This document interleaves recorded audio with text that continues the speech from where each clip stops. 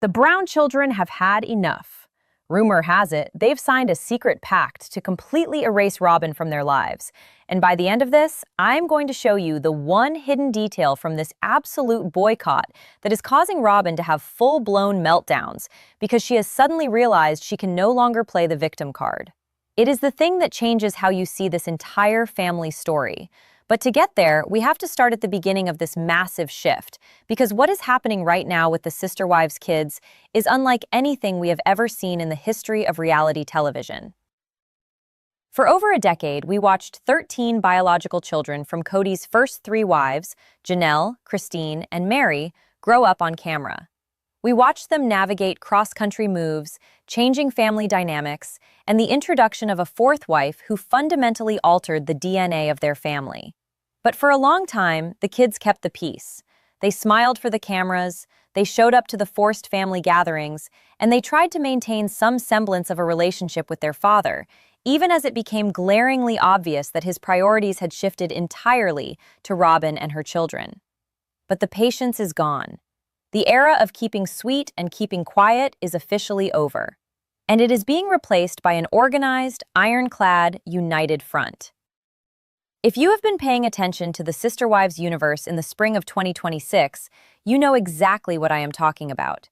The whispers of a formal pact among the OG 13 kids have been deafening. The premise is simple but completely devastating to Cody and Robyn's carefully crafted narrative. The 13 kids have supposedly agreed to a total, uncompromising ban on Cody and Robyn. No invites to future weddings, no access to the grandchildren, no polite small talk at baby showers, no tagging them on social media, no acknowledging their existence in interviews. A complete and total erasure. Now, before we get into the explosive social media Q&A sessions from Maddie and Paedon that essentially confirmed this for fans, we have to talk about why this is happening right now, and why the bond between these siblings has become so fiercely impenetrable. We all know that the Brown family suffered an unimaginable, heartbreaking tragedy with the passing of Garrison in the spring of 2024. That profound loss irrevocably changed every single member of this family.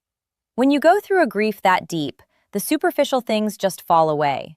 The siblings realized just how fragile life is, and they realized that the only people they can truly count on are each other and their mothers. That period of intense mourning and eventual healing bonded the original siblings in a way that is hard to even put into words. It became a wake-up call. Life is simply too short to tolerate toxic relationships, manipulation, or constant emotional exhaustion. They closed ranks. They protected their mothers, they protected each other, and they made a collective decision to prioritize their own peace over the demands of reality television or a father who demanded respect without earning it. This pact, this fierce boundary they have drawn, isn't born out of petty reality TV drama. It is born out of survival and profound family loyalty. So how exactly did this secret pact start leaking out to the public? Let's jump into the events of spring 2026. Maddie Brown Brush has always been one of the most level-headed, no-nonsense kids in the family. She doesn't usually engage in the messy online drama, which is exactly why her recent social media Q&A session caught everybody completely off guard. This part is documented. She said it herself directly to her followers. A fan asked her a seemingly innocent question about how she manages the stress of a massive, complicated family while raising her own kids in North Carolina. Maddie didn't skip a beat. She looked right into the camera and gave a masterclass in passive-aggressive boundary setting. She stated that she has spent the last year aggressively curating who gets access to her energy, and more importantly, who gets access to her children. She said, and I am paraphrasing her documented response here, that toxic dynamics are a choice, and she chooses to protect her peace by simply removing certain people from the equation entirely. She didn't name Cody, she didn't name Robyn, but she didn't have to. The comment section instantly went wild, because in the language of the Brown family, protecting peace and curating access are direct synonyms for cutting off the patriarch and his favorite wife. But that's not even the strangest part. Hold that thought because it matters later. It wasn't just what Maddie said, it was who immediately backed her up. Almost instantly, Gwendlyn Brown, who we all know is never shy about sharing her unvarnished opinions, started heavily interacting with Maddie's post. Now, here is where fans on Reddit start to piece the puzzle together. For months, there has been a rumor circulating on the Sister Wives subreddits about the infamous sibling group chat. We know this chat exists. Various kids have confirmed over the years that they have a massive, ongoing text thread that keeps them all connected. But the theory that has taken over the fandom in recent weeks is that this group chat was recently the site of a very formal agreement. According to the fan speculation, someone in the chat, many believe it was Logan or Hunter, stepping up as the protective older brothers, suggested a universal policy. If Cody and Robyn are invited to an event, the rest of them don't go. If Cody and Robyn try to insert themselves into a grandchild's life for a photo op, the door is closed. A united front. A secret pact. Nobody breaks the line, because if even one of them gives Cody and Robyn an inch, it fractures the peace of the whole group. And nobody has confirmed this physical pact exists on paper, but the timeline is hard to ignore, especially when you look at the absolute bombshell that Paedon Brown dropped right in the middle of all this. You cannot talk about the Brown kids speaking out without talking about Paedon. He is the wild card. He is the one who will say the quiet part out loud. And his TikTok from this spring is the exact reason why everyone is convinced this anti-Robyn alliance is real. We have to look closely at this video because the wording he used is incredibly specific. In a highly controversial TikTok that has since been dissected frame by the fandom, Paedon was sitting in his truck, wearing his gym gear, speaking directly to his audience. And this part is well documented. He spoke at length about loyalty. He talked about how growing up in a massive family teaches you a lot about fake love versus real love. And then he dropped the hammer. He said that sometimes, to save the body, you have to cut out the cancer completely.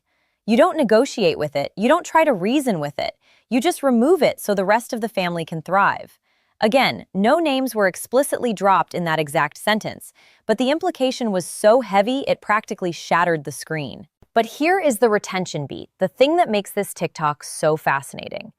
Paedon went on to say that he is incredibly proud of his siblings for finally getting on the exact same page. He used the phrase, same page.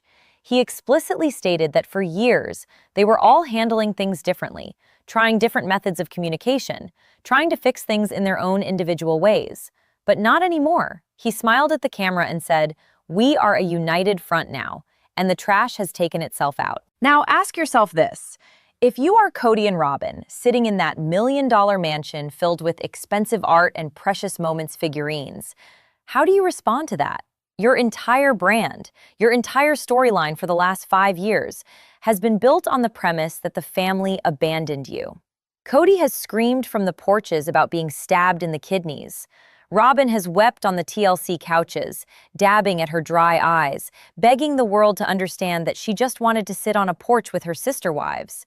Their currency has always been conflict. They need the other wives, and by extension the other children, to engage with them so they can claim they are being victimized by them. But what happens when the kids don't just reject them, but ignore them completely? We'll come back to who was missing at the latest family gatherings because it paints a devastating picture. Let's look at the psychology of what the OG-13 kids are doing here. In psychology, there is a concept called the gray rock method. When you are dealing with a highly manipulative or narcissistic dynamic, the experts tell you not to fight back, because fighting back gives the manipulator the drama and the energy they crave. Instead, you become as uninteresting and unresponsive as a gray rock.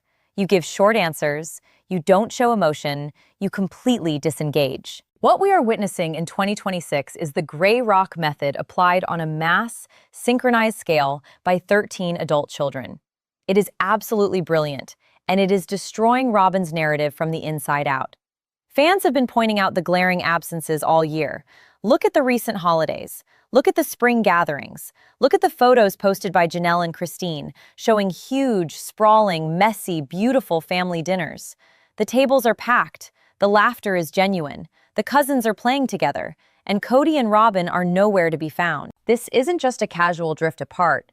This is a deliberate, highly orchestrated exclusion. And here's where the fan theory gets really juicy. On the Reddit forums, dedicated viewers have been analyzing the social media likes and follows of the entire family. they noticed that right around the time of Maddie's Q&A and Paedon's truck TikTok, a synchronized unfollowing happened. Several of the kids who were still quietly following Cody or Robyn's older children on Instagram suddenly severed those digital ties. It was like a switch was flipped. One day, a tentative digital connection. The next day, a complete blackout. It is this coordinated movement that makes the idea of a secret pact so incredibly believable. You do not get over a dozen independent adults to synchronize their social media boundaries without a serious, sit-down conversation happening behind the scenes. So, how is Robyn handling this total blackout? This brings us to the payoff I promised you at the beginning. We know Robyn's playbook. We have watched it for nearly 2 decades. When she feels alienated, she spins a narrative of exclusion. She cries that she is the scapegoat. She convinces Cody that the family is attacking her, which triggers his white knight complex and makes him lash out at his other children. It's a vicious, predictable cycle. But the pact breaks the cycle, because you cannot claim you are being actively attacked by people who refuse to even acknowledge you exist. The hidden detail, the thing that almost nobody noticed until a few eagle-eyed fans pointed it out, is how Robyn's inner circle is reacting to this silence. We have to rely on reports and documented insider leaks for this part, but it has been widely reported by sources close to the production that Robyn is experiencing severe meltdowns behind the scenes. And the root cause of these meltdowns isn't that she misses the kids.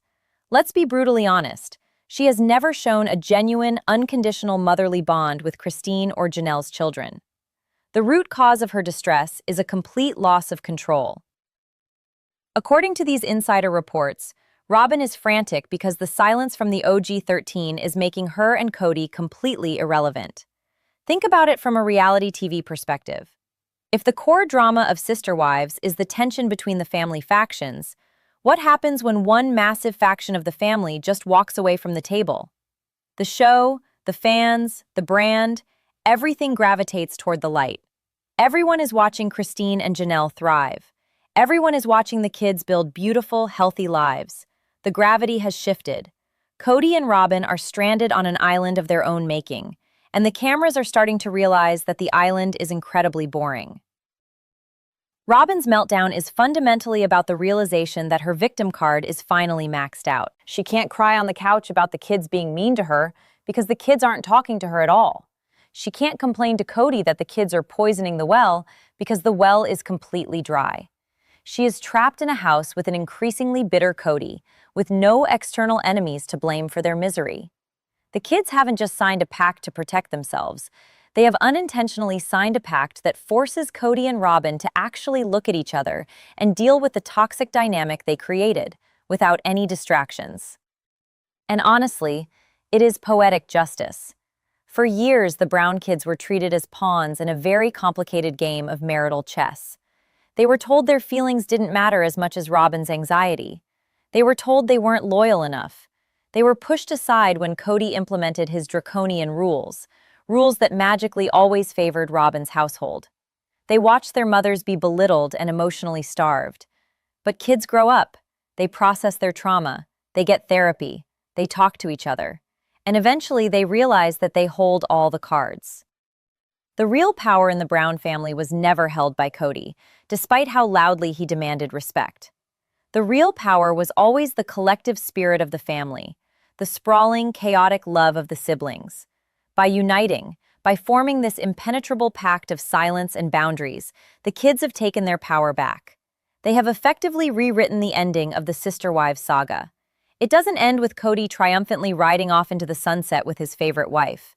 It ends with the two of them isolated, while the family they broke apart goes on to live beautiful, fulfilling lives without them. So, it all comes down to this. The kids have drawn their line in the sand. The secret pact, whether it was officially signed in a group chat or just silently agreed upon in a moment of shared clarity, is absolutely real in its impact. Cody and Robyn are erased from the narrative by the very people they tried to control. But I want to know what you think about all of this. Are the kids right to completely cut Robyn off and enforce this total blackout? Or do you think they should leave the door open for their dad's sake? Sound off in the comments right now, because I know this family divides opinions like nothing else, and I want to read your theories on what happens next. And if you want to stay up to date on all the